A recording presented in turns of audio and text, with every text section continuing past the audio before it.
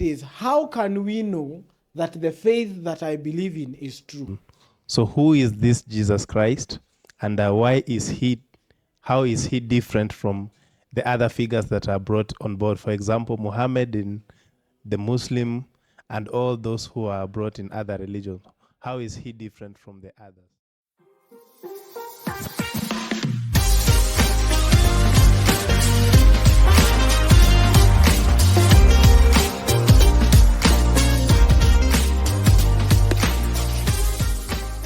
Welcome to the Chosen Generation podcast, where we desire to help people understand the Christian faith and also be equipped in the Christian practices.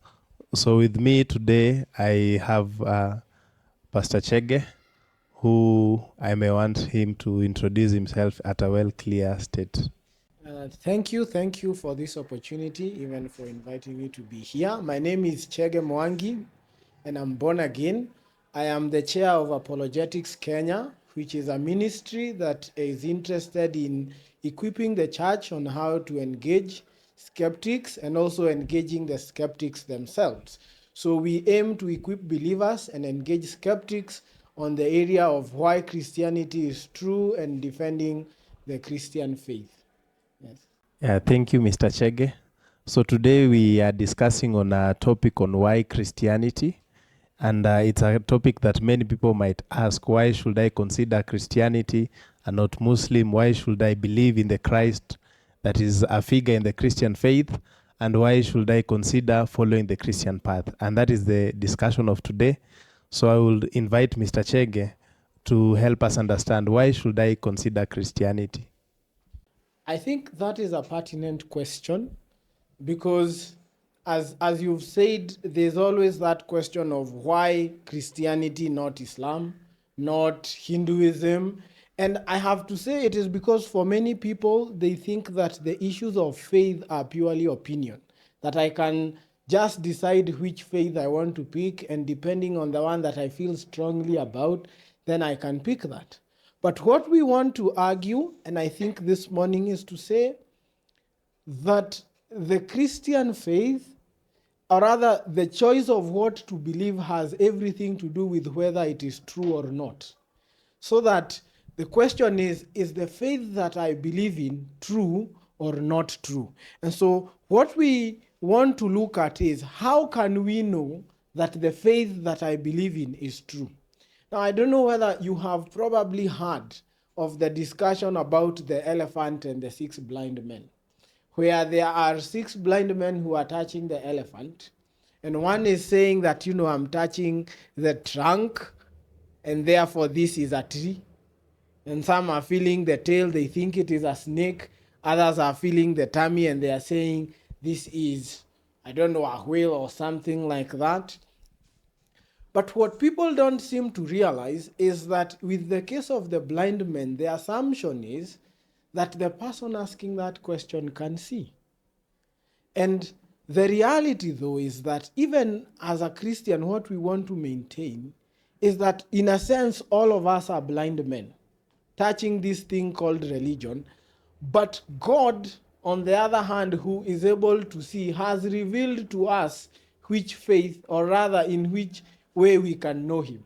And so while the other faiths are trying to tell us how to get to God, they are trying to tell us that, God is this way, therefore look for him. The Christian says that God himself has come. And so primarily the reason we believe that Christianity is true, and why you have to be convinced of the truth of Christianity, is because of that man called Jesus.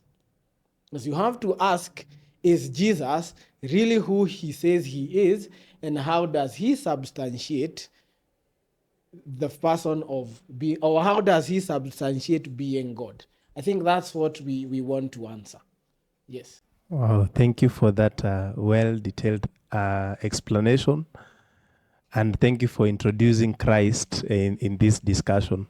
So who is this Jesus Christ, and why is he, how is he different from the other figures that are brought on board? For example, Muhammad in the Muslim and all those who are brought in other religions. How is he different from the others? Yeah, and again, a very good question. And as we have said, then, when you look at Jesus, because as we said, Jesus is the center point from which all this discussion hinges. When you look at Jesus, Jesus is fundamentally different from all other founders of their faiths. Number one, and primarily, in the sense that he substantiates the claims that he makes. When Muhammad tells us that he is the last and final prophet, what does he give us to prove that he is the last and final prophet? He doesn't give us anything. He only tells us to see the beauty of the Quran. But the Quran could have been written by anyone. When Buddha tells us to get rid of all desire and get to that state of elevation, how do we know that we can even achieve that form of nirvana? When we are looking at all other leaders of faith, when they tell us, follow me, they give us no reason to follow them, other than, of course, the fact that we should believe what they are saying. But you see, Jesus is different. When Jesus comes into the scene, he begins by telling us that he is God. And he does that. He performs many miracles here on earth, which are recorded in the Gospels. But more than that, he goes further to tell us that for you to know that I am God, I will die and I will be killed, but after 3 days, I will be resurrected. After 3 days, I will actually rise from the dead, and he actually does that. So Jesus tells us that I am God, and I'm going to substantiate this truth by rising from the dead.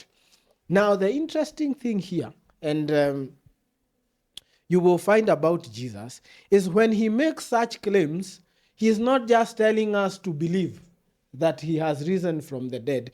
We have pointers in history that show us that Christ actually rose from the dead. And maybe, I don't know if I could give you just a few pointers.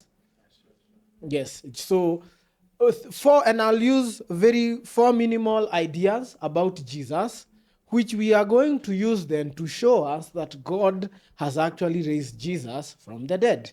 And this is how Jesus says that you substantiate my claims through the resurrection. In fact, Paul tells us that if Christ has not been raised from the dead, we believers are the most to be pitied. That when we look at Jesus, if what Jesus is saying is just a figment of our imagination, then it is pointless. We are wasting our time. But if Jesus has risen from the dead, then we can believe that he is God. So 4 minimal facts. The first thing we can know about Jesus, even from history, is the fact that Jesus died through crucifixion. Now, it is, and I think now there is almost a unanimous agreement among even scholars and historians that there was a man named Jesus who lived in ancient Palestine, around the area of Palestine, and he actually died through crucifixion. And we have even non-biblical sources like Tacitus and Cicero and other writers who actually tell us about Jesus' death by crucifixion. But the other thing we can know about Jesus is that after 3 days, his tomb was empty. Now again, how do we know this? Number one, we are told that he is buried in the tomb of Joseph of Arimathea. Remember that? Now, this could not have been a creation of the church because remember, Joseph of Arimathea was a Pharisee and he was a wealthy man, so it means it was a famous tomb.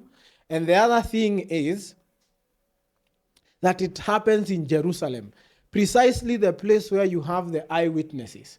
So if Jesus' tomb was not empty, all you needed was for the guys there to go and bring out Jesus' body and demonstrate to the disciples, you are lying to us, because the tomb is famous.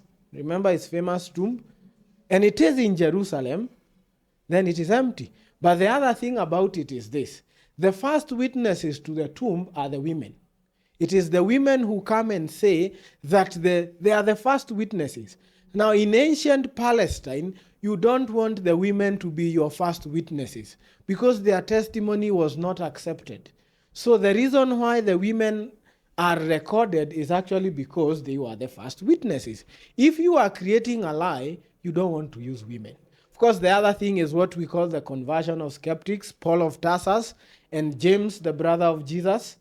People who shouldn't have believed, who had no reason to believe, actually began to believe. And then the fourth point is the growth of the church, what we call post-mortem appearances. People claimed to have seen Jesus risen from the dead, okay?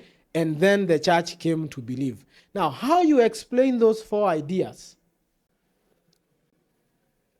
is what will lead you to the conclusion, reasonable conclusion, that Christ has been raised from the dead. I don't know if I can give you a few of the ways we do that. Or maybe you can... Probably we can have few and then we call it off. Okay, so just a minute.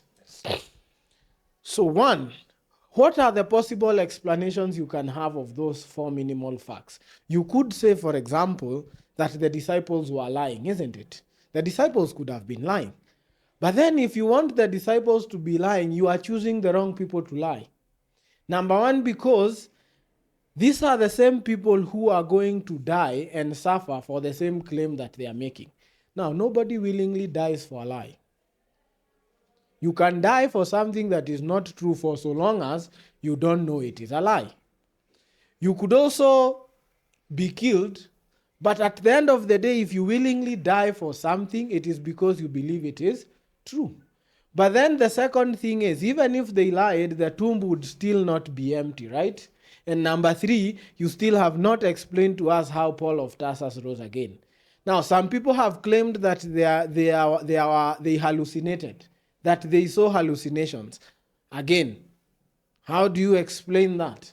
You don't have mass hallucinations. Remember, it's not one person.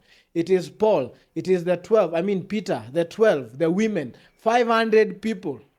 And then you have Paul of Tarsus. Again, why would Paul hallucinate? And there are so many other naturalistic explanations that are given. You know, people coming up with all ideas, it was a wrong tomb that he was buried in. Again, does not give us the Christian message, and many explanations that can be given, but they all fail to explain the four minimal facts. And so then we are left then with the logical conclusion that the only explanation that explains all that data is that God has actually raised Jesus from the dead. Thank you. Thank you. What an explicit explanation on why Christianity.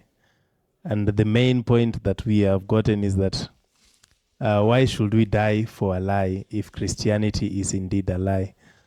So for us to ponder more on these questions, let us meet on the next episode on why Christianity. Asanteni sana.